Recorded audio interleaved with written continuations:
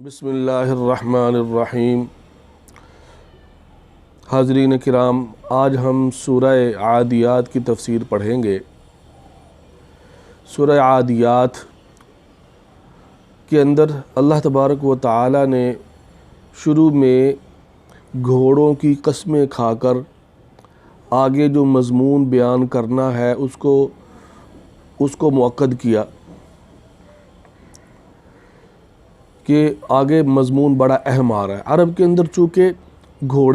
عرب گھوڑے پالتے تھے، اسی مناسبت سے گھوڑوں کی قسمیں کھائیں، اور آگے جواب قسم ان الانسان سے جواب قسم جو ہے اللہ پاک بیان فرما رہے ہیں۔ اعوذ باللہ من الشیطان الرجیم، بسم اللہ الرحمن الرحیم۔ والعادیات ضبحا، واو قسمیہ ہے، یہاں اللہ قسم کھا رہے ہیں۔ واو عربی کے اندر قسم کے لیے آتا ہے۔ والعادیات ضبحا، اور قسم ہے ان گھوڑوں کی، قسم ہے ان گھوڑوں کی جو دوڑتے ہیں ہانپ کر۔ ضبحا، ضبح کا ہانپنا، جو گھوڑا جب خوب دوڑتا ہے نا تو دوڑنے کے بعد اس کو جب سانس چڑھتا ہے تو ہانپتا ہے، تو فرمایا والعادیات، قسم ہے ان گھوڑوں کی جو دوڑتے ہیں ہانپ کر۔ والعادیات ضبحا فالموریات قدحا، فالموریات جو آگ نکالنے والے ہیں، قدحا ٹاپ مار کر۔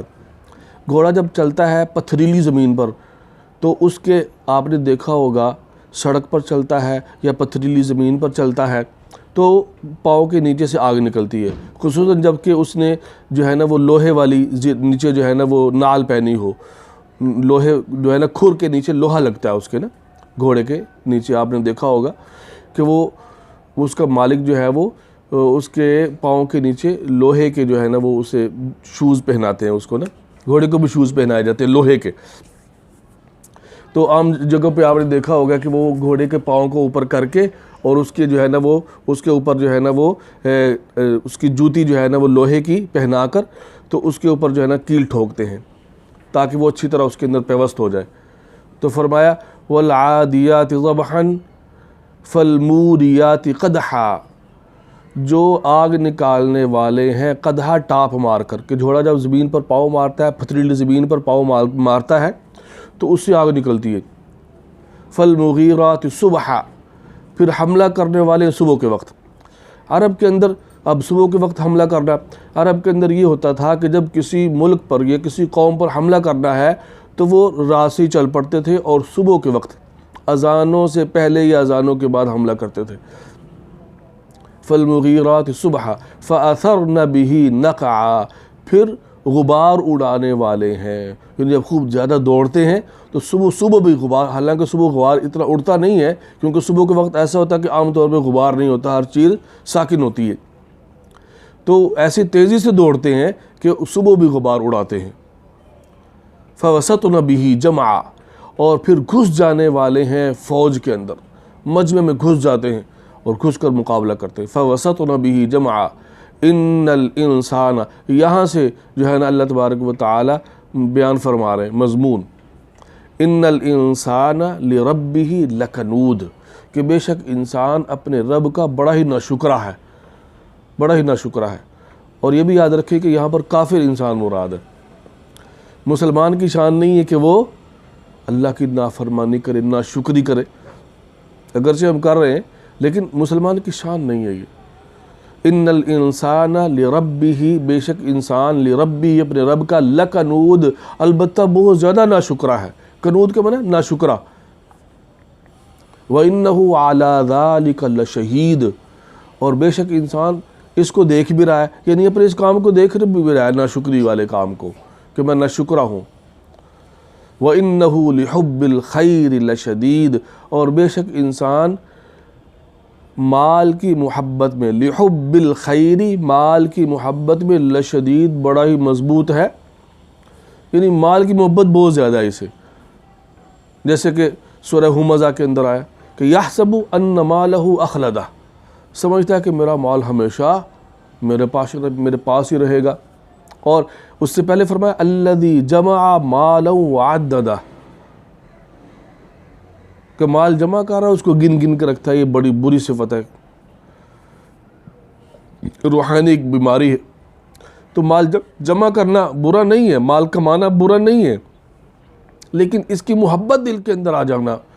محبت یہ بڑا بری چیز ہے۔ ضرورت کے موقع پر، ضرورت کے وقت اس کو استعمال کرے اور ضرورت کے لیے کمائے، ضرورت سمجھے اس کو، تو پھر ٹھیک ہے، جتنا مرضی کمائے اور اللہ کا حق بھی ادا کرے اس میں سے۔ جیسے پیشاب اور پخانہ کرنا ضرورت ہے، ہم اسے اچھا نہیں سمجھتے، یعنی اس سے محبت تو نہیں ہوتی نا، لیکن پیشاب اور پخانہ کرنا ضرورت ہے، انسان کرتا ہے، لیکن اس سے محبت کوئی نہیں کرتا۔ اسی طرح پیسہ کمانا اور اس کو خرچ کرنا، پیسے سے جو ہے نا اتنا جو ہے نا وہ اتنا کمانا کہ ضرورت کے درجے میں اس کو سمجھے۔ تو فرمایا وَإِنَّهُ لِحُبِّ الْخَيْرِ لَشَدِيدٌ، کہ وہ مال کی محبت میں بڑا سخت ہے، بڑا پکا ہے، بڑا مضبوط ہے، یعنی بڑی مال کی محبت دل کے اندر راسخ ہے، دل کے اندر جمی ہوئی ہے۔ وَإِنَّهُ لِحُبِّ الْخَيْرِ لَشَدِيدٌ أَفَلَا يَعْلَمُ إِذَا بُعْثِرَ مَا فِي الْقُبُورِ، اللہ کہہ رہے ہیں افلا یعلم، کیا وہ جانتا نہیں ہے، اذا بعثر، جب نکالا جائے گا، ما ان چیزوں کو فی القبور جو قبروں میں ہے، یعنی جب انسانوں کو قبروں سے نکالا جائے گا، کہ اس دن کو وہ یاد نہیں کر رہا کہ مال کے اندر لگا ہوا ہے، مال کی محبت کے اندر لگا ہوا ہے، تو اس چیز کو نہیں دیکھ رہا وہ۔ افلا یعلم اذا بعثر ما فی القبور وحصل ما فی الصدور، اور ظاہر کیا جائے گا، وحصل، اور ظاہر کیا جائے گا، ما ان چیزوں کو فی الصدور جو دلوں میں ہے، دل کے اندر کیا ہے اس وقت ظاہر ہو جائے گا۔ دنیا کے اندر تو انسان چھپاتا ہے باتیں، بڑوں سے چھپا لیں، دوستوں سے چھپا لیں، لیکن وہاں وہ نہیں چھپائے گا۔ وحصل ما فی الصدور، جو کچھ دل کے اندر ہوگا وہ ظاہر ہو جائے گا۔ جیسے اللہ فرما رہے یعلم خائنۃ الاعین وما تخفی الصدور، دلوں کے اندر جو چھپا ہوا اللہ اس کو بھی جانتے ہیں، آنکھیں جو خیانت کر رہی ہیں اللہ اس کو بھی جانتے ہیں۔ جاتے ہوئے راستے میں انسان جا رہا ہے تو اللہ نے منع کر دیا کہ بھئی جس سے میں نے منع کیا ہے غیر محرم کو نہیں دیکھنا، اگر کوئی خیانت کرتا ہے دیکھتا ہے تو اللہ اس کو بھی جانتے ہیں۔ تو فرمایا افلا یعلم اذا بعثر ما فی القبور وحصل ما فی الصدور، دلوں کے اندر جو کچھ ہے وہ ظاہر کیا جائے گا۔ ان ربہم بہم یومئذ لخبیر، بے شک اس دن ان کا رب ان کے سے بری طرح باخبر ہے، لخبیر، یعنی اللہ آگاہ ان سے، اللہ کو ہر چیز کی خبر ہے۔ اللہ کسی چیز سے جو ہے نا وہ کوئی چیز اللہ سے چھپی ہوئی نہیں ہے،